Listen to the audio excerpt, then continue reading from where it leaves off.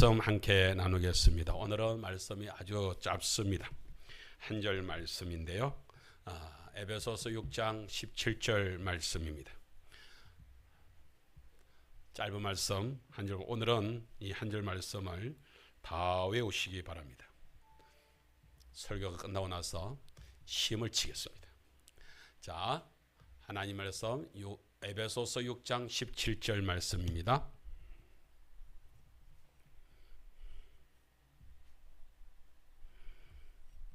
다 같이 한번 읽을까요? 시작. 구원의 도구와 성령의 검 곧 하나님의 말씀을 가지라. 한 번만 더 에베소서 6장 17절 말씀 애운다는 마음으로 시작. 구원의 도구와 성령의 검 곧 하나님의 말씀을 가지라. 아멘. 우리 앞에 구원의 도구를 빼고 오늘 주 말씀은 저 다음에 있는 성령의 검 따라합시다. 성령의 검 곧 하나님의 말씀. 성령의 검, 곧 하나님의 말씀을 가지라. 오늘 우리 성도님들이 이 한 시간 예배를 통하여서 이 속에서 오직 저 말씀 하나가 마음속에 깊이 새겨졌으면 좋겠습니다. 성령의 검. 성령의 검이 뭐라고요? 하나님의 말씀입니다. 제 모습을 보면서 목사님 달라졌는데요. 뭐 느끼신 거 없습니까? 뭐가 달라진 것 같습니까? 네? 넥타이가 왜 달라졌을까요? 제가 6월달에 시작을 하면서 제가 빨간 넥타이에 대한 이야기를 했습니다. 그래서 우리 성도님들한테 강한 군사로, 그래서 저는 군대 조교가 돼가지고서 우리 성도님들을 강한 군사로 훈련시켜 가겠습니다 라고 하면서 빨간 넥타이를 생각할 때마다 조교를 생각하십시오. 내가 그런 마음으로 시작을 했습니다. 성령 강림 주일이 지나고요, 첫 주일이 지나고 둘째 주일이 지나고 이번 주가 셋째 주간이 이렇게 되어졌습니다. 그런 가운데서 제 목소리가 조금, 여러분 목소리가 조금 간게 느껴지십니까? 이번 그렇게 하면서 주님 앞에서 이렇게 강단 따로 시간을 만들어서 기도를 시작을 했습니다. 하나님 앞에 나와서 처음에 기도는 우리 하계체육의 성도님들을 강한 군사로 만들어 주시옵소서. 강한 군사가 될 수 있도록 목사가 힘을 쓰겠습니다. 노력을 하겠습니다. 애를 쓰겠습니다. 거기에 힘을 다하여 주시옵소서라고 하면서 부르짖기를 시작을 했습니다. 기도를 하면 할수록 자꾸 제 넥타이에 제가 눈이 가기 시작을 했습니다. 지난 주간에도 망설였습니다만은 그래도 아주 빨간 거 말고 조금 희미한 걸 좀 하자 해서 빨간 걸 했는데, 이번 주에 기도를 하면서 하나님께서 저한테 강력하게 빨간 넥타이가 아니다라고 말씀을 해 주셨습니다. 기도를 하면 할수록 하나님께서는 성도들을 강한 군사로 만들기 전에, 성도들이 강한 군사가 되기 전에 네가 그렇게 만들 수 있는 자격이 있어야지. 네가 먼저 강한 군사가 되어야지. 저한테는 계속해서 그 말씀이 들려졌습니다. 그리고 오늘 저는 저 자신이 그런 강한 군사로 되지 않는 한 누구도 도울 수 없다, 누구도 도울 수 없겠다는 생각을 가지게 되어졌습니다. 그래서 오늘 이 시간에는 아주 내가 장례식 갈 때 쓰는 까만 넥타이가 있는데 그걸 차라리 맬까 하다가 너무 우리 성도님들이 충격받을까 싶어서 조금 이렇게 했습니다.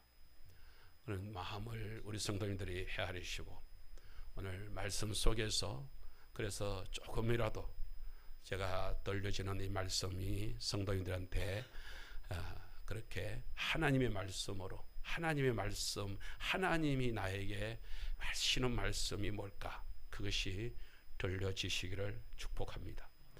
성령 강림 주일을 통하여서 갈라디아서 5장 16절 18절 말씀을 그렇게 나누었습니다. 우리에게는요, 육체에서 에덴 동산에서부터 이미 죄로 물든 우리는요, 이미 육체의 소욕으로 가득 찬 죄인이 되어버렸습니다.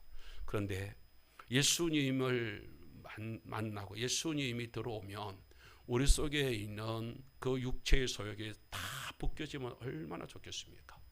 그런데 그때부터 시작해서 우리 속에서는 이제 그 육체의 소욕에 물들이는 마귀의 밥이 되어 있던 우리가 하나님의 사람으로 변화시키기 위한 극심한 전쟁이 시작이 되어졌다는 것을 아셔야 합니다. 어떤 면에서는 우리는 그런 가운데서 지금 싸워가고 있다는 사실을 염두에 둘 때에 첫 주에 그래서 어떻게 강한 군사가 될 수 있을까? 어떻게 강한 군사가 될 수 있습니까? 이런 말씀을 에베소서의 말씀을 통하여서 저희들이 나눴습니다. 내가 아니었습니다. 내 힘으로 되는 게 아니었습니다. 주님 안에 있는 삶, 주님의 그 힘의 능력으로 우리는 강한 군사가 될 수 있다는 것을 말씀을 드렸습니다. 주님 안에 거한다는 이게요. 주님 안에 들어간다는 이게 얼마나 귀한 것인지요. 그래서 저는 우리 큰아들 얘기를 했습니다. 아이가 태어날 때에 3.8kg였던 그 아이가 그렇게 해가지고서 엄마 품에서 하루를 살고 한 달을 살고 1년을 살면서 아이가 달라져 가는 모습들, 그리고 정승해 가는 모습들, 이제는 어여시 커서 이번에 여러분 그 팽택에서 북한에서 쏜 그 미사일 잔해를 갖다가 건진다고 지금 하고 있지 않습니까? 어제 잠시 통화를 했는데 거기에서 일부 잔해를 갖다 그게 잘못했으면은 조금 더 저쪽에 영역을 벗어났으면은 우리가 건지지 못할 뻔한 그것을 우리가 참 기회가 좋게끔 해골해서 이렇게 건져 올려줬습니다. 그것만 해도 엄청나게 큰 성과인데 그렇게 되면 자녀들이 더 있을 수 있다 해가지고서 계속해서 잔류를 시키면서 지금 아이들이 그 속에서 아이들이 아니라 우리 해군에서 그 부대를 갖다가 지금 그 바다를 갖다가 아직도 잊었듯이 지금 샅샅이 뒤지고 있습니다. 주님 안에 있으니까 엄마 아버지 품에 있으니까요. 그 아이는 점차적으로 자랍니다. 오늘 성도 여러분, 내가 무엇을 해서 강한 군사가 되겠다는 생각보다도 오늘 저와 여러분 주님 안에 들어올 때 이 예배에서 그냥 아무것도 아닌 것 같아 보이는 이 예배에 그리고 주님과 함께 살아가는 그 삶을 살아가게 돼 그 속에서 주님께서 주시는 능력으로 저와 여러분은 강한 군사가 될 수 있다는 사실을 먼저 받아들이시고 아멘으로 화답하시는 성도가 되시기를 축복합니다. 그렇게 강한 군사가 된 군사에게는 성도에게는 하나님께서 무기를 주신다고 했습니다. 지난주에 우리가 같이 나누면서 그 무기 중에서 최고의 무기 중에서 제일 첫 번째 무기가 뭐예요? 따라합시다. 하나님의 능력. 하나님께서 직접적으로 주시는 그 능력 말고는 어떤 것도 우리가 이 땅에서 이 세상의 것들은 이길 수 있을런지 몰라도 마귀가 만들어 놓은 그 견고한 지는 결코 부술 수 없다라고 말씀을 드렸습니다. 여러분, 마귀가 우리가 하나님께 빼앗기지 않기 위해서 얼마나 강력하게 이렇게 진을 치고 있는지 아십니까? 세상을 보십시오. 저 술, 어떻게 보면서는 그 술 하나, 그것도 못 끊어. 그렇지만은요, 그 술 하나가요, 사람을 갖다가 어디까지 끌고 가는지 아십니까? 폐인으로 만들어버립니다. 우리가 그냥 막 핫도치기, 그 재밌게 치는 핫도치기가 아무것도 아닌 것처럼 핫도치기를 하지만 거기에 물이 들고 거기에 중독이 되면요, 어떤 사람은 그러지 않습니까? 손을 끊어낸다 하더라도 발가락으로도 그 노름을 한다고 하지 않습니까? 심지어 그 노름에 미쳐버리면요, 자기 재산은 둘째치고 마누라까지 팔아먹는 게 그게 노름쟁이 하는 짓이랍니다. 여러분, 그렇게 마귀는 우리를 갖다가 완전히 올가매 버립니다. 어떻습니까? 마약은 어떻습니까? 이 땅에서 여러분 저 정치계에서 바라보는 것 없이 아름답게 정말로 성실하게 하나님 나라를 이루어야 돼. 아니, 그 정말 바른 정치를 통해서 국민들을 살려내야 될 저 정치인들이 정치꾼이 돼가지고서 자기의 욕심을 위하고 자기 것만 채우려고 하는 그런 그릇된 모습들을 보지 않습니까? 다 뭐 때문에 그렇습니까? 마귀의 밥이 되어 있기 때문에 그런 역사, 마귀가 견고한 진을 가지고서 우리를 올가매기 때문에 일어나고 있는 모습들이었습니다. 그래서 하나님의 능력으로 우리가 서는 것이 정말 중요하다는 것을 말씀을 드렸습니다. 성도 여러분, 우리도 마귀에게 언제든지 넘어갈 수밖에 없는 저 자신입니다. 저를 생각을 할 때 지난주에 그렇게 해가지고서 5월 말부터 시작해가지고 계속해서 주님 앞에 기도하면 기도할수록 너도 연약하여서 너도 마귀에게서 넘어질 수밖에 없는 죄인이 아니냐, 그 사실을 저한테 계속해서 강탈을 합니다. 저는 제게 주신 말씀, 그 말씀 몇 가지를 갖다가 오늘 풀려고 합니다. 그 푸는 가운데서 혹시 말씀이 들려주시면 그 말씀을 우리 성도님들이 받아들이시고 그 속에서 나도 저 목사처럼 내 속에서도 하나님이 말씀하여 주옵소서. 그래서 그 하나님의 말씀을 우리 성도님들이 붙드시기를 주의 이름으로 축복합니다. 오늘 두 번째 최고의 무기를 하나님께서 주셨는데요, 오늘 17절에 나오고 있는 저 딱 한 가지 말씀입니다. 우리 한번 다 따라할까요? 성령의 검, 하나님의 말씀. 이 말씀을 우리 성도들과 함께 나누려고 합니다. 오늘 그림 하나를 보려고 하는데요, 여러분, 로마 군사의 모습을 갖다가 제가 이렇게 이렇게 찾아봤습니다. 로마 군사의 요거는 뭐예요? 투구. 예? 그 우리 전신갑주의 모습들을 우리가 그리고 있지 않습니까? 전신갑주의 모습이 바로 요 모습을 그대로 가지고 있는 것입니다. 그 속에서 여기 신발이죠. 이런 신발을 하고 있습니다. 여기에다가 또 여기 조금 더 이제 군사적으로 나가려고 하면은 이 무릎뼈를 갖다가 이렇게 할 수 있는 각반 비슷한 것이 이렇게 무릎 보호대까지도 이렇게 만들어져 있는 그런 요소가 있습니다. 이것은 요 갑옷입니다. 갑옷 위에 지금 여기 지금 요 가슴에 여기 반짝반짝하는 게 이거 있지요. 이게 가슴을 호위하는 그 지켜주는 호신경입니다. 이렇게 믿음의 방패라고 하는 이 방패가 있습니다. 그런 가운데서 옆에 차고 있는 게 있죠. 이렇게 전신갑주를 이렇게 온전히 모든 것을 갑옷으로 해가지고서 그렇게 모든 것을 이렇게 무장을 한 사람이 하나가 더 있습니다. 여기 보면은 이 창이 있죠. 이게 지금 긴 창입니다. 이 창을 가지고 있고, 하나는 또 뭐를 가지고 있느냐면 이 칼을 가지고 있습니다. 칼은 여기 메고 있죠. 이게 메고 있는 이 칼이 오늘 말하는 성령의 검하는 칼과 같은 칼입니다. 마카이라라고 하는 그런 어떤 칼의 모습을 가지고 있는데, 이 칼이 요 모습을 가지고 있습니다. 이건 어떤 지금 사진으로 이렇게 크게 보이지만은 사실은 이게 한 60cm, 50cm, 60cm 정도밖에 안 되는 아주 작은 칼입니다.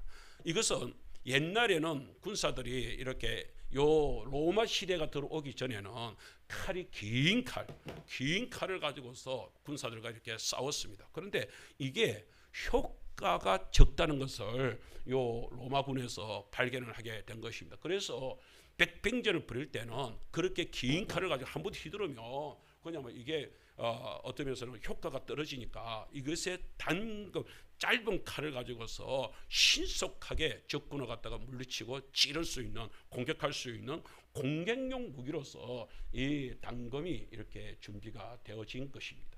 이런 모습을 가지고 있습니다. 그런데 오늘 바로 이 공격용 무기로서 효과적으로 적을 향하여서 공격할 수 있고 죽일 수 있는 최고의 무기를 갖다가 가지고 있는 이 무기가 뭐예요? 이 무기를 하나님께서는 오늘 우리에게 주셨다라고 말합니다. 그러면서 뭐라냐면 이 무기가 뭐하고 같은 것이다? 오늘 따라할까요? 하나님의 말씀. 바로 이 칼이, 이 능력의 칼이, 모든 것을 이길 수 있는 이 칼이 하나님의 말씀이다. 이렇게 저희들에게 말씀을 해주고 있는 것입니다. 그래서 오늘 저희들은 그러면은 보세요. 보호 장신구를 할 수 있는, 보호대를 할 수 있는 것은 투구도 있지요, 갑옷도 있지요, 그리고 호신경도 있지요, 방패도 있지요, 신발도 있지요. 모든 것을 갖추는 데 있어서 이렇게 갖추는데 공격할 수 있는 무기로는 딱 하나 주어진 것입니다. 칼 하나로 충분하다 하는 것입니다. 칼만 있으면은 적을 얼마든지 물리칠 수 있다. 물론 우리가 로마의 전쟁에서는 그렇지 않습니다. 거기에는 하살 부대도 있습니다. 모든 것들이 다 있습니다. 그러나 하나님 앞에서 성령 안에서 싸우는 하나님의 전쟁터에서, 영적인 전쟁터, 저 마귀와의 싸움에서 믿음의 성도가 갖춰야 되는 것은 오직 하나면 된다. 뭐요? 하나님의 말씀. 아멘. 하나님의 말씀 하나면 된다고 우리 애들한테 그렇게 말씀을 해주고 있는 것입니다. 얼마나 강력하길, 그 성령의 검과 같은 하나님의 말씀이 얼마나 강력하길래 그 하나면 충분하다고 말씀을 하겠습니까? 여러분 3번에 보면 고린도전서 1장 10절 말씀을 저희들이 같이 한번 보겠습니다. 고린도전서 1장 10절 11절인데요. 시작. 오직 하나님이 성령으로 이것을 우리에게 보이셨으니 성령은 모든 것 곧 하나님의 깊은 것까지도 통달하시느니라. 사람의 일을 사람의 속에 있는 영 외에 누가 알리요? 이와 같이 하나님의 일도 하나님의 영 외에는 아무도 알지 못하느니라. 아멘. 여러분, 사람 속에 있는 것도 사람 속 사람이 이해를 하듯이 제가 우리 성도님들의 마음을 헤아릴 수가 있겠습니까? 헤아릴 수 없습니다. 그러나 내가 내 속 사람을 헤아릴 수는 있습니다. 마찬가지로 하나님의 속을 헤아릴 수 있는 이는 누구밖에 없다고요? 성령님이 그렇게 헤아린다 하는 것입니다. 그러면요, 성령님이 헤아리는 속의 말씀들이 있는 반면에요, 사람의 생각이 있을 수가 있습니다. 우리는요, 가끔은 하나님을 생각하면서 나는 하나님을 이해한다라고 생각하는 오해를 일으킬 때가 있습니다. 그게 대표적인 누군지 아십니까? 베드로가 그랬다고요.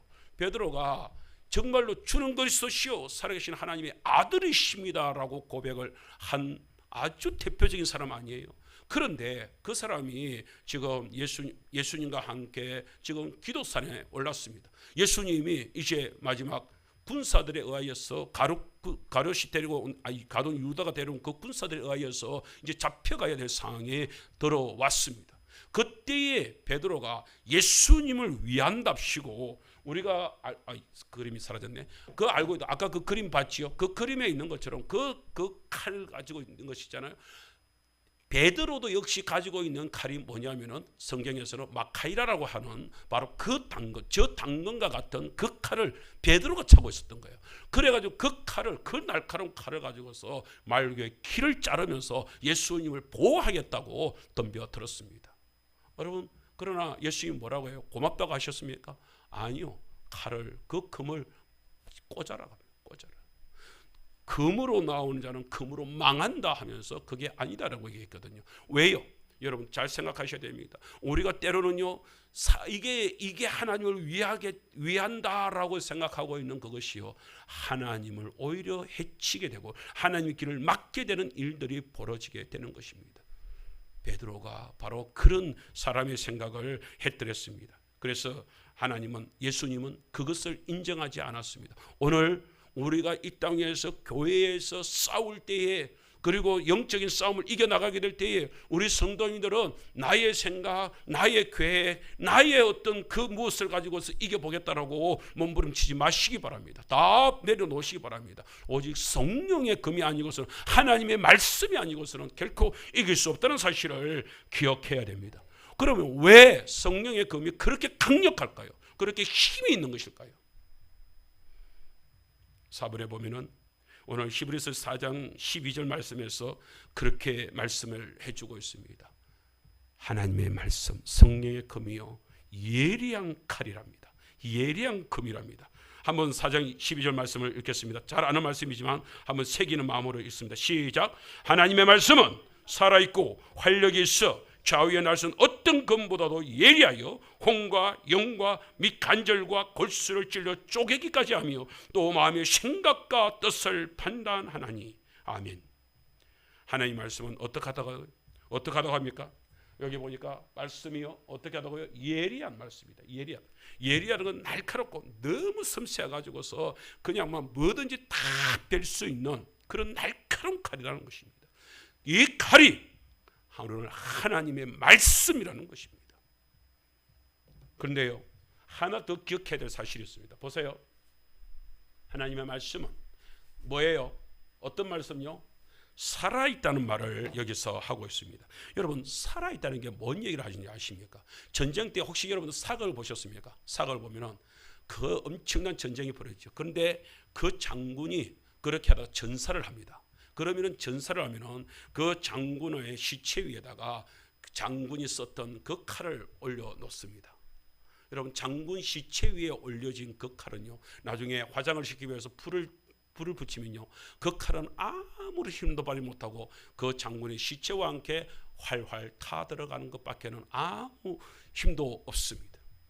살아있다는 것은 거기에서 남은 군사들이 다시 재정비하여서 전쟁터로 나갑니다. 그들이 들고 있는 것은 다 손에 칼을 들고 있습니다. 장군도 칼을 들고 있습니다. 살아있는 장군이 든 칼입니다. 병사들이 칼을 들고 있습니다. 살아있는 병사가 든 칼입니다. 그들은 전쟁터에 나가면서 그 칼을 가지고서 적군과 싸웁니다.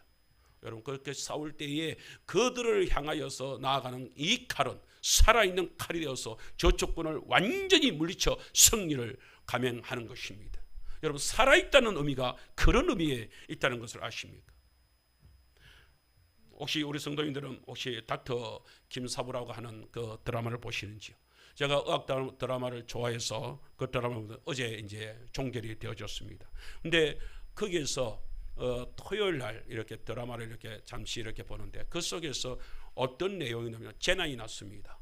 그런데 의사들이 그 속에서 병원에서 지금 막 그 서로 자기 이익을 취하기 위하여서 파업을 하고 그렇게 해가지고서 지금 환자를 돌보지 않고 있는 파업을 한 상태입니다. 그런데 산불이 나가지고서 재난이 터졌죠. 그렇게 환자들이 병원에 몰아닥쳐 들어옵니다. 그린 닥쳐 들어오는 가운데에서 이들은 이제 파업을 풀고 환자들을 맞이할 것인가, 아니면 우리가 계속해서 우리의 생존권을 위하여서 이대로 버틸 것인가 라고 하는 갈등을 일으킵니다. 그때에 한 의사가 이렇게 이야기를 합니다. 우리 파업을 풀고 우리 저들을 먼저 도웁시다 라고 얘기를 합니다. 그러니까 이쪽에서 자기 생존권을 지키려고 하는 의사 중에서 대표가 이렇게 얘기를 합니다. 아니, 그러면 우리 이건 어떡하고, 우리는 어떡하고, 우리가 그럼 저 사람들 굴복하는 거야, 이렇게 따집니다. 그때 이렇게 얘기를 합니다. 우리는 살아있지 않습니까? 우리는 아직 살아있지 않습니까? 그리고 저 환자들을 돌보고 나서도 우리는 여전히 싸울 수 있지 않습니까? 그런데 지금 재난에 의해서 불에 타서 지금 죽음으로 생사를 가지고 오는 저 사람들은 우리가 아니면 누가 저들을 도와서 살려주겠습니까? 저들은 아무런 힘도 없습니다. 아무런 능력도 없습니다. 아무것도 가지고 있지 않습니다. 정말로 심하게 아무 곳에도 붙들지를 못하고 병원에 실려옵니다. 저들은 오로지 우리만 바라보면서 이렇게 병원에 달려오고 있을 뿐인데 우리가 저들을 외면합니까? 저는 그 말씀을, 그 장면을 바라보면서 마음속에 막 울렁거림이 일어나기 시작을 했습니다. 성도님 여러분, 우리 성도님들이 오늘 예배 시간에 나오고, 아니 이제까지 우리 하계제일교회에 그렇게 많은 분들이 나오고 있었는데 지금도 예배 시간마다 오시는 분들이 사실은 바깥에서 어떤 면에서 세상적으로 이렇게도 살아보고 저렇게도 살아보면서 나름대로는 이렇게도 살면 잘 살 수 있을까, 저렇게도 살면 잘 살 수 있을까, 어떤 면에서는 그런 발버둥 치면서 저를 보더라도요, 저는 어떤 면에서는 정말로 바깥에서 성공할 수 있는 길이 보였으면 저는 교회를 안 찾았을지도 모르겠습니다. 내가 죽음이냐 삶이냐에서 바깥에서 불교에서 내가 그 죽음을 해결할 수 있는 길이 열렸으면 나는 교회를 안 찾았을 것입니다. 나는 세상 그 무엇을 붙들고서 이 죽음의 문제가 해결될 수만 있었으면 예수님을 안 찾았을지 모르겠습니다. 우리 어머니는 어떤 면에서 마지막 죽음을 눈앞에 두고서 아들한테, 셋째 아들한테 그 가슴에 못을 박은 그 사실이 너무나 애달파서 그것을 견딜 수가 없어서 마지막 죽기 전에 아들 한을 풀어주고 내가 죽어야지, 어머니의 그 마지막 소망이 없었으면 교회를 안 찾았을 것입니다. 오늘 어떤 면에서는 성도님들의 삶들을 돌아보게 될 때 저는 그런 모습들을 바라봅니다. 교회가 저들을 살려야 되는, 도와주는 삶을 해야 되는 곳이구나. 내가 치료를 할 수 없고 내가 수술을 성공할 수 없고 내가 살릴 수는 없지만 도울 수는 있다. 도울 수는. 저들과 함께 같이 고민하고 그들과 같이 울어주고 같이 하면서 그들에게 있는 도와줄 수 있는 말씀을 주어서 살릴 수 있는 길을 열어주는데 도움은 되겠구나. 도움은 되겠구나. 사랑하는 성도 여러분, 저는 우리 성도님들한테도 그런 말씀을 드리고 싶습니다. 정말로 우리도 살아나고 또 이웃에 죽어가고 있는 영혼들을 도와줄 수 있는, 옆에서 도와줄 수 있는 사람은 될 수 있지 않을까, 그 생각을 해보는 것이죠. 수술을 할 때에, 의사가 수술을 할 때에 거기에서 처음 시작을 딱 하면서 모든 것이 준비가 되었을 때 그 환자에게 칼을 대기 시작을 합니다. 그때 의사가 외치는 말이 있습니다. 메스 칼, 그것을 달라고. 그러고 나서 그 수술 부위로 절개를 시작을 합니다. 저는 그 순간에 한번 생각을 해봤습니다. 저때 저 칼이 무딘 칼이 되면 어떨까? 그게 칼이 잘 안 돼가지고 피부가 만일에 그렇게 해가지고 찢어지면 어떨까? 깨끗하게, 정말로 그런 어떤 흩어진 것이 깨끗하게 잘려. 여러분, 그 의사가 쓰는 그 깨끗한, 정말로 좋게 절개할 수 있는, 그게 예리한 칼이라는 것입니다. 그 예리한 칼이 뭐예요? 사람들한테 들어갈 때요, 그게 수술이 가능해지는 것입니다. 예리한 칼요. 그것을 말씀하면서 오늘 뭐라고 말하냐면은, 우리도 하나님의 그 예리한 칼이 들어가게 되면은 그런 역사가 일어난다는 것입니다. 다윗이 참 하나님 옆에서 많은 쓰임을 받았습니다. 그죠? 그런데 다윗이 밧세바를 범하는 죄를 지었습니다. 나단 선지자가 그 죄에 대하여서 책망을 하려고 갔습니다. 그래서 그 막 비유를 들어서 설명을 합니다. 여기요, 양을 갖다가 이렇게 양도 있고 소도 있고 부자가 있는데요, 자기 집에 손님이 와가지고서 잔치를 벌이는데 세상에 이웃집에서 그것도 양새끼 하나 꽤 구해가지고서 이제 그걸 가지고서 이제 어떻게 길러가지고서 좀 생업에 이제 이익이 될 수 있을까 싶어가지고 애지중지하면서 정말로 자식처럼 그렇게 기르고 있는 양새끼가 있었는데, 세상에 이 부자가 자기께 아까워 가지고서 그 가난한 사람의 양 새끼를 그것도 빼앗아 가지고서 이렇게 가지고서 그렇게 손님 접대를 했습니다. 어쩌면 좋겠습니까? 뭔 얘기예요? 다윗 당신의 모습을 그대로 그려주는 거 아니에요. 그런데 다윗이 자기를 위해서 하는 소리인지를 전혀 모릅니다. 그리고서 막 칼을 냅니다. 그러면서 그렇게 한 자식은 끄집어내 가지고서 잡아봐 가지고서 5배를 물려 가지고서 뭐 해더니 어쩌니 이런 소리를 했었습니다. 내하고는 상관없다 이거지. 그때 어떡합니까? 나단 선지자가 한마디 합니다. 당신이잖아. 한마디 딱 합니다. 당신이잖아. 일반적으로 왕 앞에서 그런 소리를 했으면, 일반 세상적인 왕이라고 했으면 이 새끼 뭐라고 해? 이러면서 당장 잡아서 아마 사형을 시키지 않았겠습니까? 다윗은 그 소리를, 나단 선지자가 당신이야 라고 하는 그 한마디를 하나님의 말씀으로 그 앞에서 회개를 하면서 거꾸로지는 모습이 나타납니다. 뭐 때문에요? 하나님의 말씀이 예리한 칼이 되어서 다윗의 심령을 도렸기 때문에 가능한 일이었습니다. 우리가 에베소서를 쓰신 바울 선생님도 있잖아요. 바울이 청년 때에 얼마나 기고만장합니까? 얼마나 엄청난 사람이었습니까? 그런데 그 바울이 어떻습니까? 다메섹 산상에서 예수를 따르는 무리들을 잡아 죽이려고 그 속에 들어갔을 때 그 속에서 하늘에서 들려오는 소리가 들립니다. 무슨 소리입니까? 사울아 사울아 어찌하여 나를 괴롭히느냐, 어찌하여 나를 핍박하느냐 하는 소리를 듣습니다. 누구십니까? 네가 핍박하는 예수다. 예수다.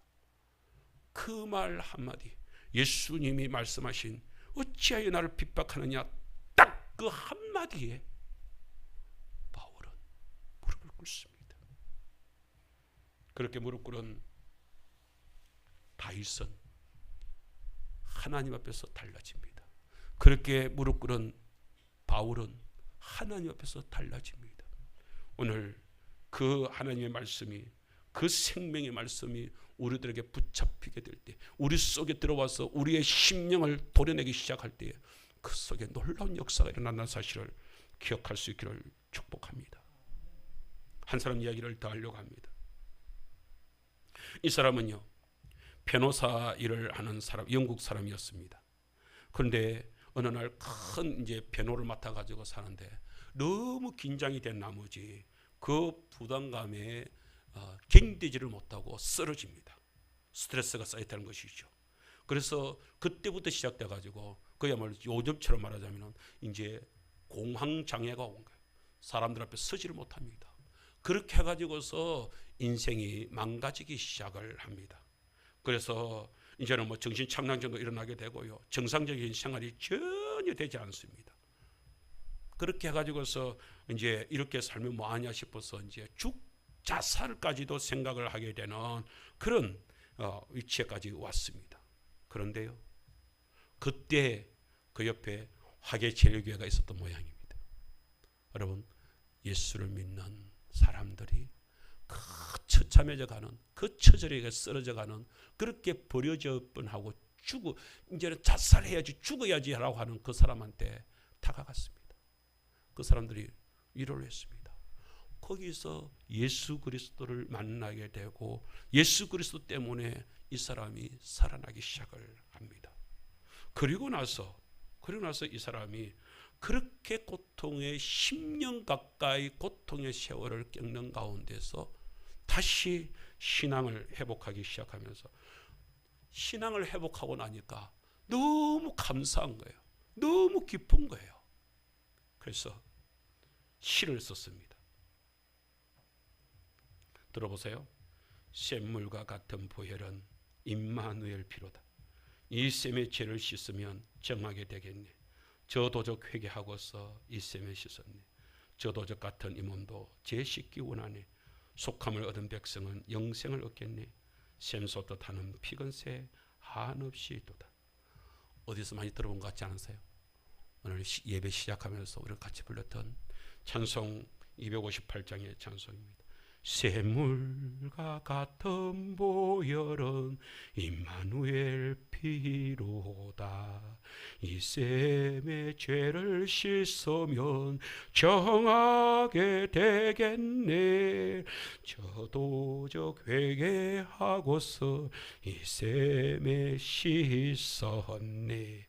저 도적 같은 이 몸도 죄 씻기 원하네. 이렇게 찬송을 부르고 또 부르고. 바로 이 사람이 윌리엄 카우프라고 하는 영국 변호사, 그러고 나서 나중에 문학으로 이렇게 문학가로 꼽히게 된 사람이 되어졌습니다. 이 사람이 어떻게 해서 이 말씀이 여기에서 이렇게 주님 앞에서 거꾸로졌는지 아세요? 구약에 보면 스가랴서라고 있습니다. 스가랴서 13장 1절 말씀에 딱 시작을 하면서 말씀이 그날의 죄와 더러움을 씻는 셈이라는 단어가, 그 낱말이 싹 나옵니다. 이 사람이 다른 것도 아니고 성경에 나오고 있는 스가랴서 13장 1절에 나오고 있는 저 말씀이 그 카우퍼의 말씀 속에 확 잠기는과 동시에 카우퍼가 확 변화가 일어나기 시작. 그 말씀이 예리한 칼이 되어가지고서 그 심령을 도려내기 시작을, 그 죄악을 도려내기 시작을 한 것입니다. 그러면서 그렇게 찬양을 부르기 시작합니다. 4절에 보면은요, 날 정케 하심 피보니 그 사랑 한없네. 살 동안 받는 사랑을 널 찬송하겠네.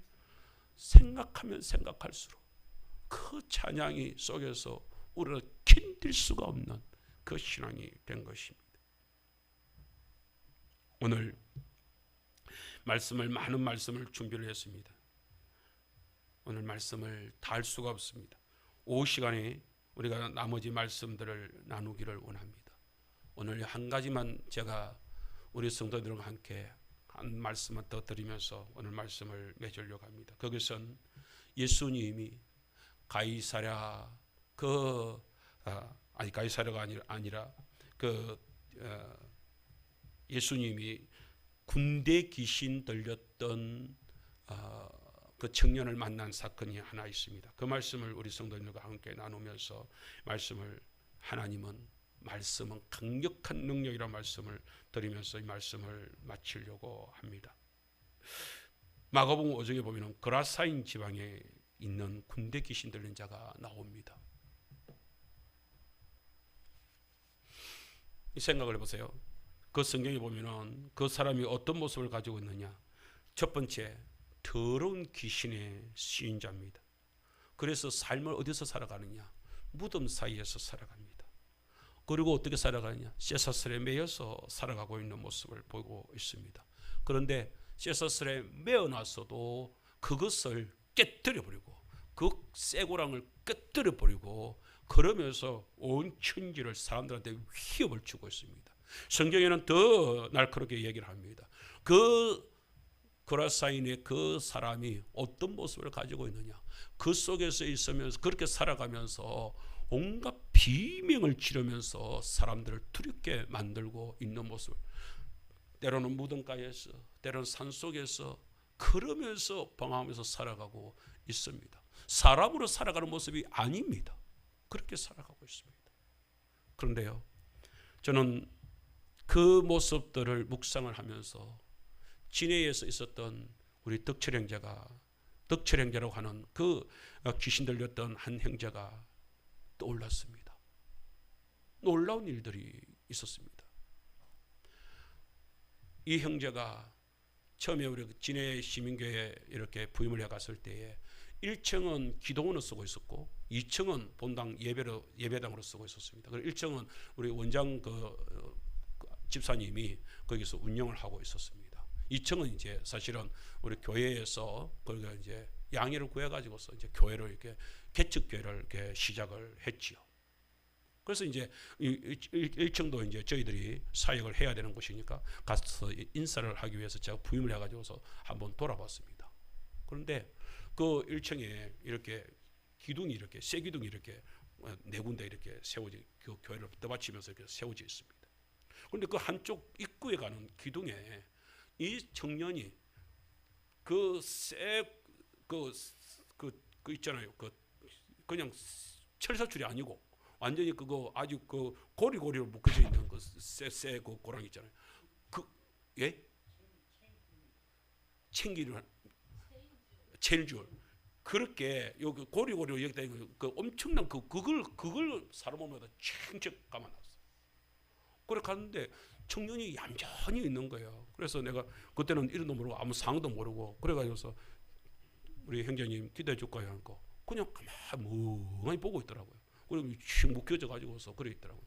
그래서 같이 기도를 했습니다. 근데 아무 말도 안 하고 그냥 기도를 받더라고요. 그래 왔는데 이제 그 원장 집사님이 나왔습니다.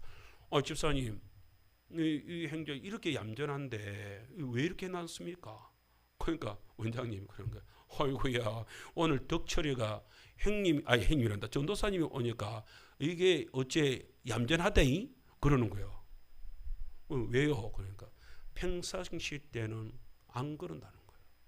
이렇게 해놔도 이게 감당이 될지 안 될지를 모른다는 거예요. 어떤 날은 그렇게 쇠 고랑으로 그렇게 묶어놨는데도 어떨 때는 그걸 떨쳐내고 튀어나간다는 거예요. 그래서 지금 이게 지금 강하게 지금 묶어 놓은 건지 안 놓은 건지 모르겠다는 거야. 그 정도로 이 사람이 그렇게 귀신에 씌였던 청년이었습니다.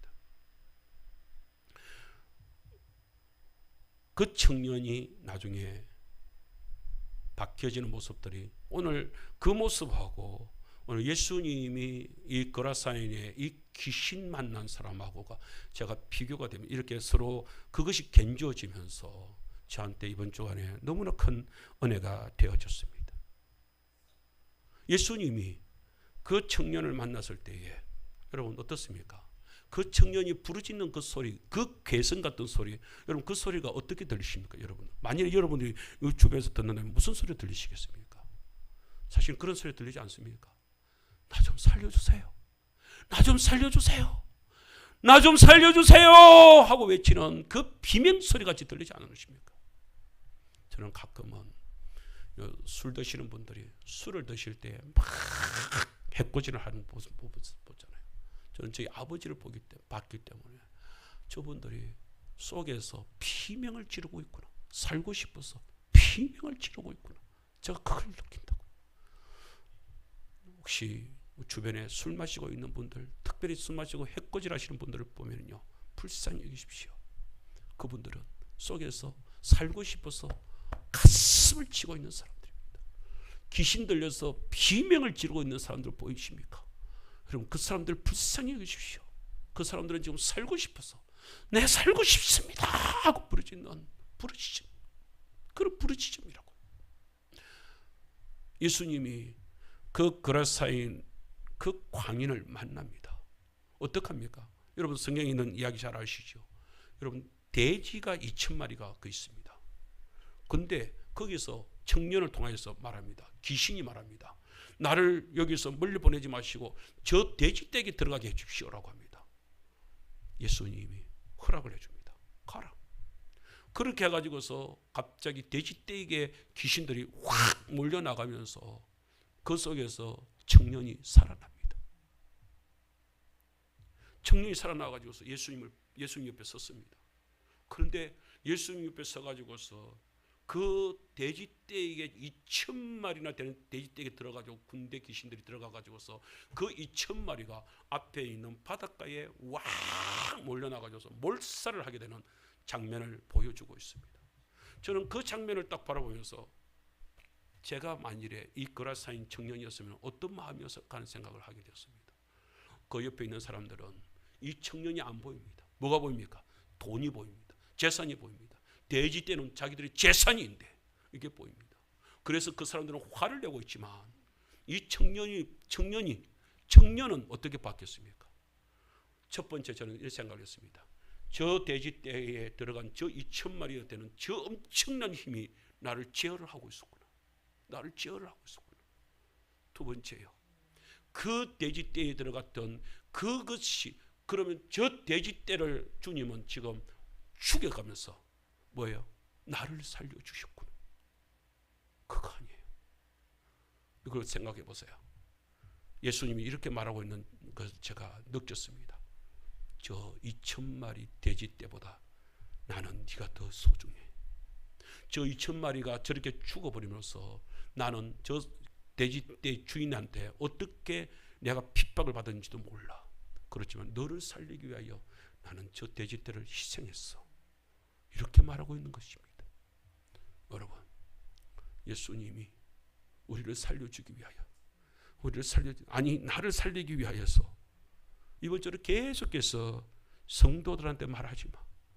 박 목사, 네가 살아야 돼. 네가 먼저 사람이 돼야 돼. 살아나야 돼. 계속해서 저한테 주시는 말씀이 그것이었습니다.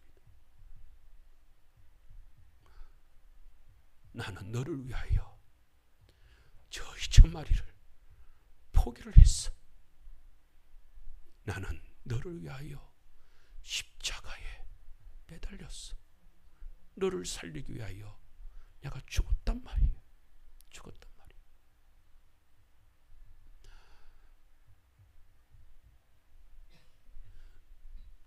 덕칠행제가 이런 말을 합니다. 이제 거기서 조금 회복돼 가지고서 교회에서 저랑 같이 이제 토요일마다 성경 공부를 했습니다. 근데 성경 공부를 하면서 하루는 이러는 거예요. 전도사님, 제가 귀신에게 잡히면 어떻게 되는지 아세요? 이러는 거예요. 그 쇠고랑에 처해져 있었을 때에 자기가 어떤 생활을 했는지를 말을 해주는 거예요. 그렇게 쇠줄에 매여 있을 때에 어떤 날은 뭐가 어찌 되는지 모르겠는데 자기 속에서 나는 분명히 착하게 살고 싶은 마음이 있는데, 그런데 내가 나를 보고 있는 것이요. 근데 내가 나를 보고 있는데 내 속에서 다른 힘이 들어와가지고서 나를 갖다가 확 끌고 가고 있는 것이 보인다는 거예요. 근데 내가 어떻게 할 수가 없다는 거예요. 어떻게 할 수가. 여러분, 이게 뭡니까? 여러분, 귀신 들린 자가요, 완전히 귀신의 휩싸이가 자기 자신이 모조리 그것을 잊어버리는 경우도 있고요. 어떤 경우는 자기가 속에서 자기가 자기를 보고 있는데 자기가 누구한테 잡혀 있는 모습을 보는 경우가 대부분입니다.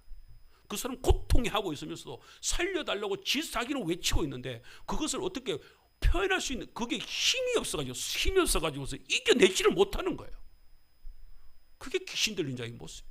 덕질행자가 나한테 그 얘기를 해주는 거예요. 그래가지고 어떨 때는요, 자기도 모르게 그냥 막 자기한테 속에서 잎사이는 대로 자기가 보고 있는 거예요. 엄마 가게에서 그렇게 해가지고서 어머니가 그때 시장통에서 가게를 하고 있었거든요.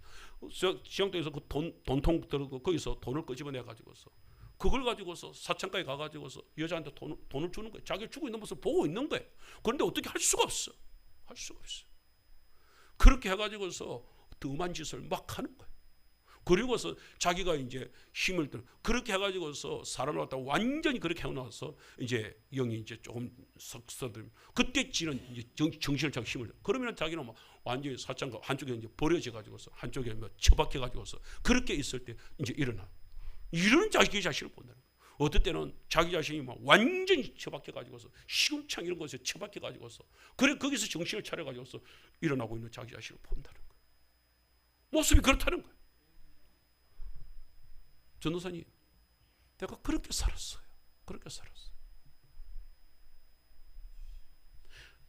덕질 행자하고 성경 공부를 이렇게 하는데 하루는 제가 이번 주에 설교 준비를 하면서 그때 그 덕질 행자의 모습과 예수님을 만난 이 광인의 모습이 생각이 나가지고서 제가 너무나 감격이 목요일 저녁에 내가 눈물을 흘리면서 내가 밤샘을 했습니다. 하나님께 그렇게 감사가 되고 그렇게 기도가 되더라고요. 덕질 행자가 한참 예수님을 나누고 말씀을 나누고 있는데 그러면서 저를 보면서 그러는 거예요. 전도사님, 춤춰도 됩니까? 그러는 거예요. 나는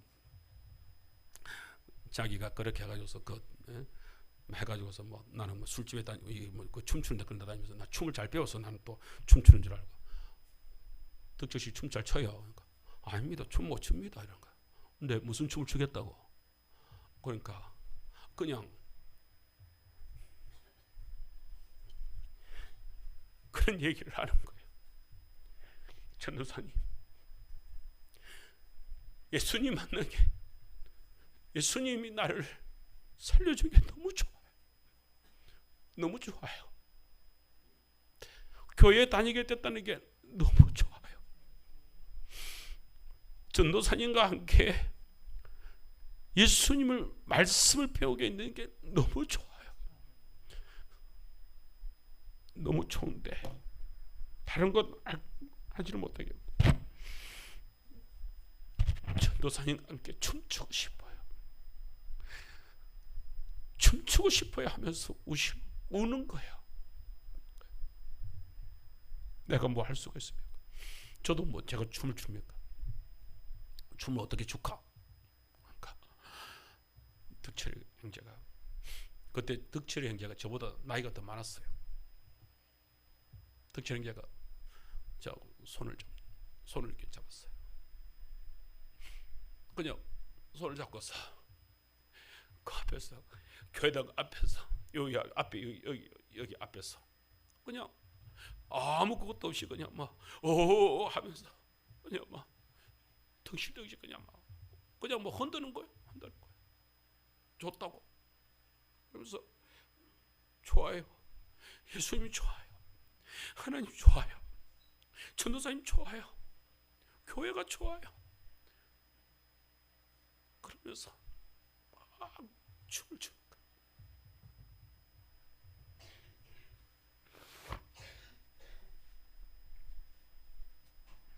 저는 2,000마리 돼지떼가 자기 때문에 죽는 모습을 보면서 그 청년이 어땠을까요? 예수님은 돼지떼가 아까워서 돼지떼를 보지 않았을 거예요. 그 청년을 바라보지 않겠습니까? 아니야, 나 저 2,000마리 아깝지 않아. 너 살아났으니까 아깝지 않아. 너 살아났으니까 아깝지 않아. 예수님의 그 음성이 저한테 이렇게 들리는 거예요. 박 목사, 김성일 장로 후원하는 500만 원, 너 그거 모으지 마. 그거 모으지 마. 나는 김성길 장로의 그 500만 원이 학예 땅을 위하여서 저 백성들을 위하여서 저 돼지떼에게 들어가야 될 그 군대 귀신이 우리 백성들한테, 저 사람들한테 몰려 있는 거, 그거 몰아내기 위하여서 돼지 2,000마리 사주는 돈이 되었으면 좋겠어. 돈 모으지 마. 여러분, 우리 여름 우리 이웃초청잔치, 또 우리 사모님 또 삐진도단 전도하고 있을 때에 저는 500만 원이 다 써요. 올해 지원한 500만 원이 다 쓰여져야 된다고 생각합니다. 김성기 장로는 그러기 위하여서 우리한테 보내왔습니다. 그런데 우리는 그 돈을 모으면 되겠습니까? 저 영혼들은 죽어가고 있는데 우리가 모으면 되겠습니까? 이번 여름에 저는 그런 마음으로, 이번 겨울에 저는 그런 마음으로 우리는 이 하계 땅에서 살아가야 되지 않겠습니까? 저는 그래서 덕철행제가 그렇게 춤을 추는 그런 모습들이, 이게 우리 하계 지역에서 다시 일어나야지. 다시 일어나야지. 그동안에 내가 하계 지역에서 지난날 그 뜨거웠던 전도하고자 하는 그 덕철행제를 살려낼 때에 그 형제 한 사람을 붙잡고서 그 토요일 날 2시간, 3시간, 4시간을 갖다가 같이 하면서, 때로는 구경을 시켜주러 가면서, 때로는 밥을 사주러 가면서, 그때 제가 사례비가 얼마인지 아십니까? 15만 원 받고 있을 때입니다. 11조 떼고 차비 떼고 그러고 나면은 4만 원, 5만 원 그렇게 남을 때였습니다. 그런데 그것 가지고서 형제를 도와주면서, 때로는 맛있는 거 사 먹고 싶어가지고 짜장면도 사 먹고 같이 먹으면서, 그러면서 좋아하고 그렇게 하면서 기뻐하고 있는 그 모습을 보면 얼마나 기쁘고 얼마나 즐거웠는지. 근데 내가 하계 체력에 와서 그동안 뭐 하고 있었냐, 그 생각이 드는 거예요. 이제 저는 우리 하계 체력에서 덕철 행제를 또다시 찾아내야겠다. 지난번에 사모님과 같이 우리 현석이랑 그렇게 하면서 식사를 같이 했습니다. 현석이가 너무 좋아하는 거예요. 저렇게 좋아하는데 내가 그동안에 현석이한테 밥 한 끼를 못 샀구나. 너무 미안한 마음도 들고, 전에는 길가에서 그렇게 저 강가를 쳐다보거나 먼 산을 바라보면서 있으면 현석이가 그야말로 가짱게 보였는데, 그 일이 있고 나서부터 제 마음속에 현석이를 사랑하는 마음이 생기기 시작. 우리 현석이를 내가 사랑해야지. 내가 사랑해야지. 그러고 보니까 주변에 내가 사람들을 끌어안아야 될 우리 혜인이도 보이고 치영이도 보이고, 주변에 내 관심을 가져야 될 사람들이 다시 보이기 시작을 합니다. 저는 현석이한테 이번에 또 정심을 한 끼 더 살려고 합니다. 한 번 더 만나고 싶습니다. 그리고 또 만날 수 있으면 또 만나고 싶습니다. 우리 혜인이도 만날 것이고 치영이도 만날 것이고, 할 수 있으면 우리 이용태 집사도 다시 찾아가려고 마음을 굳혀봅니다. 성도 여러분, 그들이 교회에 와서 정말로 주님을 만나서 그 생명의 말씀이 속에 들어가서 그 강력한 말씀이, 그 덕철행제, 그 귀신 들려가지고 그 쇠고랑마저도 끊어내는 그 청년이 예수님의 말씀이 들어가고 십자가의 사랑이 들어가고 성령님의 역사가 들어가니까 전도사님 춤추고 싶어요. 예수님이 좋아서 춤추고 싶어요. 하나님이 좋아서 춤추고 싶어요. 전도사님이 좋아서 춤추고 싶어요. 교회가 좋아서 춤추고 싶어요. 우리 하계체육에 정말로 여러분들이 주님을 믿는, 예수님을 만난 그 청년이, 그 자매가, 그 성도님, 그 할배가 나와서 내가 예수님을 만났습니다, 내가 구원을 얻었습니다라고 춤추는 일이 벌어지면 얼마나 좋겠습니까? 좋겠습니까? 그런 역사가, 그런 은혜가 저와 여러분에게 있어야 될 줄 믿습니다. 그러기 위해서 첫 번째 해야 되는 것이요, 우리가 사랑을 해야 됩니다. 우리는 우리 가족들을 사랑합시다. 오늘 우리 송현행 주사님 그 막내 아들이 정말로 어머니를 그렇게 부축을 하면서, 우리 막내 아들 맞죠? 그렇게 하면서 차에 이렇게 모시고 어머니를 얼마나 사랑하는 마음이 그 속에 있겠습니까? 오늘 거기에서 더 나아가지고서 아들을 우리 사랑하는 엄마와 함께 내가 교회에 갈게요. 그렇게 될 때 얼마나 더 기쁘겠습니까? 오늘 보니까 이종철 그 집사도 오늘 같이 그렇게 있었는데 우리 이종철 집사님이 정말로 다시 마음이 회복되고 심령이 회복되고 예수님의 그 마음이 쌓여져서 어머니와 함께 손잡고 우리 며느리가 어머니와 함께 손잡고 교회 나오는 그 일들이 벌어져야 되지 않겠습니까? 더 기대해 보는 것은 우리 김정자 권사님이 우리 정영 씨가 문영 씨가 우리 영서 씨가 예배 때 고향에 올 때마다 어머니 모시고 예배에 참석을 하고 거기서 하나님께 영광을 돌린다면 그보다 더 기쁜 일이 어디에 있겠습니까? 성도 여러분, 지금 우리는 시작입니다. 여러분, 그 시작을 할 때에 이분 저한테 주시는 말씀은 넥타이 보세요. 네가 빨간 넥타이 맬 자격이 없어. 네가 아니야. 넌 먼저 내 백성이 돼야 돼. 네가 살아야 돼. 네 속에 있는 그 죄악을 벗겨 던지고 십자가로 예수 십자가의 보혈로 네가 살아야 돼. 저는 그 앞에서 무릎을 꿇었습니다. 주님, 그렇습니다. 내가 무슨 자격이 있습니까? 아닙니다.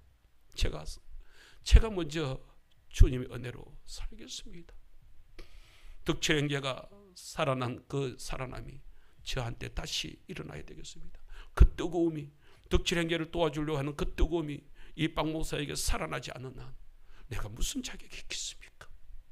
주님, 저를 먼저 만져주십시오. 저에게 먼저 말씀을 주십시오. 성령의 그 검이 제게 말씀으로, 그래서 그 말씀이 여러분 성경에 보게 되면 레이마, 여러분 로고스와 레이마가 있습니다. 66권의 말씀은 로고스입니다. 그런데 이 로고스가 우리를 꿰뚫지를 못합니다. 여기에서 바로 한 말씀, 아까 그 변호사님이 다시 회복이 되어서 샘물과 같은 그 찬양을 한 것, 서가려서 3장 1절의 그 한 말씀, 그 말씀 하나가 우리를 살려주시듯이, 서가려서 13장 1절에 그날의 죄와 더러움을 씻는 셈, 그 한 말씀이 나를 살려내듯이 다윗에게 당신이 바로 그 죄인이라는 사실을 갖다가 깨닫게 하는 당신입니다라는 그 말 한마디가 다윗의 심령을 후련되듯이 다윗 바울에게 정말로 예수님이 말씀하시는 핍박하는 자가 바로 나라, 나 예수, 네가 지금 핍박하는 자가 나 예수다라고 하는 그 한 말씀 앞에 무릎을 꿇어지듯이 오늘 성도 여러분, 말씀이 우리에게 주시는 말씀이 레이마의 말씀으로, 능력의 말씀으로, 역사하는 말씀으로 우리 심령을 먼저 깨뚫게 되기를 바라고, 이번 초청 주일날 우리 성도님들이 초청받은 모든 분들이 박 목사가 여기서 말씀을 갖다가 전하겠지만은 그 전하기는 큰 말씀 위에 하나님께서 말씀하셔서 예리한 칼이 되어가지고서 우리 돌아온 모든 성도들을 살려내는 말씀 되게 하다 오늘 여기 시간부터 우리 성도님들이 기도하시기 바랍니다. 다음 주에 제가 최고의 무기, 마지막 무기가 저희들에게 또 있습니다. 그 무기가 기도의 무기라는 거 하는 것입니다. 저는 그 기도의 무기가 어떤 무기인지를 우리 성도님께 다시 한 번 더 말씀드리고 싶습니다. 이제 우리가 세 가지 무기를 지금 말씀드리고 있습니다. 하나님의 능력이 우리의 무기입니다. 우리가 영적으로 싸워나가는 데서는요, 하나님의 능력밖에 없습니다. 두 번째는요, 오늘 말씀했습니다. 성령의 검, 꼭 하나님의 말씀이, 이것이 우리에게 무기입니다. 다른 무기는 아무 소용없습니다. 이 무기야말로 그렇게 귀신 들린 쇠고랑에 찬 사람도 살려낼 수 있는 무기는요, 오로지 하나님의 말씀밖에 없습니다. 그 말씀이 어디에서요? 이 예배당에서 박 목사의 입을 통하여서 그 말씀이 증거되어야 될 줄 믿습니다. 예배실에 들어온 모든 백성들이 말씀 속에서 살아나게 될 줄 믿습니다. 성도 여러분, 그 말씀을 붙드시기로, 그 말씀이 살아나게 하기 위하여서 우리 성도 여러분, 이 시간부터 시작해서 예배에 성도를 초청하는 은혜가 있기를 주의로 축원합니다. 다음 주를 기다리십시오. 기도가 우리 이제까지 생각했던 기도가 아닐 것입니다. 우리가 정말로 그게 무기가 되는 기도는 어떤 기도인지를 다시 한 번 더 말씀을 통해서 배울 수 있기를, 그렇게 그렇게 깨달을 수 있기를 주의 이름으로 축원합니다. 오늘 말씀을 그러면은 오늘 주신 주의 말씀 성령의 검, 그 말씀이요 살아있고 운동력이 있어 활력이 있어서 그렇게 해서 우리의 골수를 찔러 쪼개기까지 한다고 했습니다. 우리가 하나님의 말씀에서 내가 살아나면 우리 가정은 살아납니다. 우리는 자꾸만 적을 통해서 네가 살아야 돼, 남편이 살아야 돼, 아내가 살아야 돼, 네가 살아야 돼 하면서 남을 손가락질하고 있습니다. 제가 그랬습니다. 죄송합니다. 우리 성도들 이번 말씀을 가지고서 우리 성도들을 살려보겠답시고 우리 성도들을 훈련시켜보겠답시고 빨간 넥타이를 모고 그렇게 까불었습니다. 주님께서는 이번 3주 4주 동안에 계속해서 네가 지금 그걸 까불 때냐, 네가 지금 그걸 까불 때냐, 네가 빨간 넥타이 몇 때냐, 아니 빨간 모자 네가 조교가 된다고, 아니 네가 먼저 거꾸로 져야 돼. 여러분 우리가 주의 말씀 속에서 무릎 꿇게 되면 그 다음에 다 주님께서 이렇게 말하는 것입니다. 주님은 우리에게 말씀하십니다. 내가 책임져 줄게. 뭐예요? 이게 뭐예요? 성령의 금이라고요. 성령님의 금이라고 하는 것은 성령님이 쥐고 있는 금이지 내 금이 아니고 베드로가 내 칼 빼가지고서는요 하나님을 오히려 거스르는 일을 합니다. 내 생각, 내 철학 아닙니다. 내 윤리 아닙니다. 오늘 하나님의 말씀, 하나님이 준비하신 하나님의 말씀만이 나를 갖다 도려내고 나를 수술하고 나를 살려낼 줄 믿습니다. 말씀입니다. 말씀입니다. 그것도 주의 말씀입니다. 주의 말씀. 주님께서 말씀합니다. 걱정하지 마. 걱정하지 마. 그 말씀 가지고 내가 책임져 줄게. 내가 책임져 줄게. 그러면 마지막 한 말씀을 더 드리면서 마치겠습니다. 여러분 그렇게 할 때에 여러분 말씀을 붙들고 이렇게 확 나가려면 여러분 자신 있습니까? 이런 마음 들지 않으세요? 제가 초보 때요. 운전 초보 때요. 억지로 교회에서 운전자가 필요해가지고서 운전을 갖다가 운전 면허증을 땄습니다. 그런데 아직까지 연수가 다 끝나기도 전에 교회에서 행사가 있어가지고서 시장통을 부산 시내로 연상동을 거쳐가지고서 시장을 가야 되는데 운전자가 없습니다. 그래 어서 여집사님들이 저를 향해서 전도사님 운전해 주세요. 나 아직 연수 안 끝났는데 나 아직 제대로 운전도 못하는데 나 시내 나가면 나 신호등도 제대로 못 찍겠다. 자기들이 봐주겠대. 자기들이 어떻게 봐주겠대. 일단은 그 말만 믿고 그래서 어쩔 수 없이 그렇게 해서 조심조심 진짜 아무것도 안 보이는 거죠. 하면서 막 불불 떨면서 이제 그래서 연산동 그 로타리가 있습니다. 로타리 그 지나쳐야 저쪽 서면으로 이제 빠져나가서 시장통으로 부민시장 그 부전시장 그 시장통을 갈 건데 어이 세상에 로타리를 도는데 세 바퀴를 돌고 있으면서 로타리 한쪽 빠져나가지고 돌락하면은 저기서 차가 딱 들어와가지고 또 돌고 세 바퀴를 돌고 있었습니다. 여집사님들이 막 이러다가 하루 종일 돌겠다 어쩌지를 못하고 계속 돌고 있어요. 그러니까 그래가지고서 여집사님이 그때 네 분이 나타나요. 양쪽 창문에 두 줄 내고 창문을 도와주세요. 그러고 있으니까 버스가 마침 지나가면서 버스가 도대체 안 되겠다 싶었는지 버스가 거기 한쪽에서 길을 갖다 가로막고 서더라고요. 내 뒤에서 가로막고 그 버스가 서니까 이제 뒤에 차들이 이제 못 움직이잖아요. 그래 놓고 저보고 그런 거예요. 가라고. 그래가지고서 그 사이에서 그쪽으로 빠져나가. 그래가지고서 시장을 봐온 적이 있어요. 여러분 제가 초보 운전 얘기를 하는 이유가 뭔지 아십니까? 시작을 할 때요 그렇게 어렵습니다. 오늘 혹시 성도님들이 말씀 그렇게 하면 예레미야 말씀처럼 선포하라 그랬는데 예레미야 말씀 선포하라 그랬잖아요. 선포하면 되는데 그 선포가 쉽냐? 그게 쉽지 않아요. 처음 시작할 때 남편한테 우리 임순 권사님 저 말씀부터 남편한테 한번 해봐야지. 생각은 오늘 딱 생각이 되는데 남편 앞에서 서게 되면 그냥 막 안 될걸요. 쉽지 않을걸요. 다 이러다고요. 오늘 우리 김호순 주사님 안 그렇습니까? 오늘 지금 백주 씨한테 한번 가 해볼까? 그렇게 하는데 다 갈락하면은 이게 잘 안 떨어지거든. 초보 운전은 다 그렇습니다. 그런데 걱정하지 마십시오. 걱정하지 마십시오. 그냥 말씀을 던지잖아요. 그러면 뭐 한다고요? 이 말씀이 누구의 말씀? 내가 만들어낸 말이 아니잖아요. 하나님의 말씀이잖아요. 성령님의 말씀이잖아요. 성령님이 주인이십니다. 하나님이 주인이십니다. 우리는 어설프게 던져도요, 하나님이 책임져 주십니다. 그렇기 때문에 됩니다. 우리 송교수 주사님도 나는 다음 주에 우리 김건재 주사님 손잡고 같이 올 수 있기를 축복합니다. 우리가 같이 와야 됩니다. 같이 살아나야 됩니다. 오늘부터 시작해서 우리 교회에 나만 오는 것이 아니라 한 사람을 또 데리고 어설프지만 한번 해보세요. 분명히 그렇게 하면 나는 어설프게 던졌는데 하나님께서 온전히 책임져 주실 줄 믿습니다. 우리 그런 마음으로 우리 찬송을 502장 찬송인데요. 우리 502장 찬송 한번 할까요? 이 찬송을 제가 준비를 하면서 그런 마음이